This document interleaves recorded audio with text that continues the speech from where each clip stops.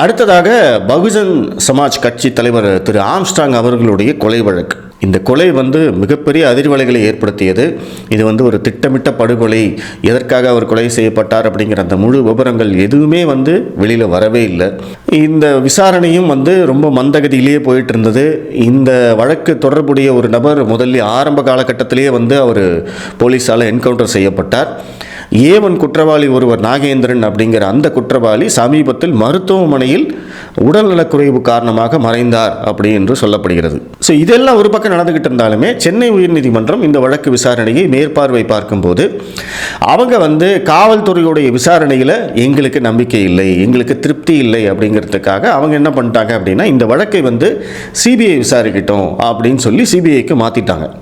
இப்போ தமிழக அரசு பொறுத்த வரைக்கும் சிபிஐ விசாரணைக்கான அனுமதியை தமிழக அரசு திரும்ப பெற்றுவிட்டது. ஸோ அதனால் இங்கே சிபிஐ விசாரணை வேண்டும் என்றால் ஒன்று தமிழக அரசே சிபிஐக்கு அந்த வழக்கை அனுப்பணும், அப்படி இல்லையா நீதிமன்றம் சிபிஐக்கு எடுத்துக்கலாம் அப்படின்னு சொல்லி உத்தரவிடணும். ஸோ இந்த ரெண்டில் ஏதோ ஒன்று நடந்தால் தான் சிபிஐ உள்ளே வர முடியும். ஸோ மத்திய அரசு ஆணையங்கள் எதுவுமே தமிழகத்துக்குள்ளே வரக்கூடாது அப்படிங்கிறதுக்காகத்தான் தமிழக அரசாங்கம் இப்படியெல்லாம் செயல்படுது. ஸோ அந்த விதத்தில் இந்த வழக்கை நீதிமன்றம் சிபிஐக்கு மாற்றிட்டாங்க. அந்த உத்தரவை எதிர்த்து உச்சநீதிமன்றம் சென்றிருக்கு தமிழக அரசு. ஸோ இந்த வழக்கு எல்லாமே பார்த்தீங்கன்னா தமிழக அரசுக்கு அவங்களுடைய நிலைப்பாட்டுக்கு சாதகமான தீர்ப்பு வரவில்லை என்றால் அதை எதிர்த்து உடனடியாக உச்சநீதிமன்றம் சென்று அந்த வழக்கை இழுத்தடிப்பது தான் தமிழக அரசுடைய வேலையாக இருக்குது. இந்த வேலையை அவங்க ஆட்சிக்கு வந்ததுலேருந்து தொடர்ச்சியாக செஞ்சுக்கிட்டே இருக்காங்க. நீதிமன்றத்துடைய தீர்ப்பை தங்களுடைய பர்சனல் ஈகோ, பர்சனல் தோல்வியாக பார்க்குறாங்களோ அப்படிங்கிற சந்தேகம் தான் வருது.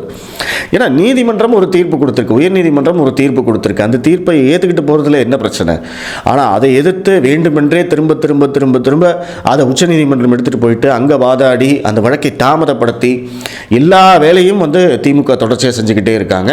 ஸோ இந்த ஆம்ஸ்ட்ராங் கொலை வழக்கையும் சிபிஐக்கு மாற்றியதை எதிர்த்து உச்சநீதிமன்றம் போனாங்க. உச்சநீதிமன்றம் உயர்நீதிமன்றத்துடைய உத்தரவுக்கு தடை விதிக்க மறுத்துவிட்டது.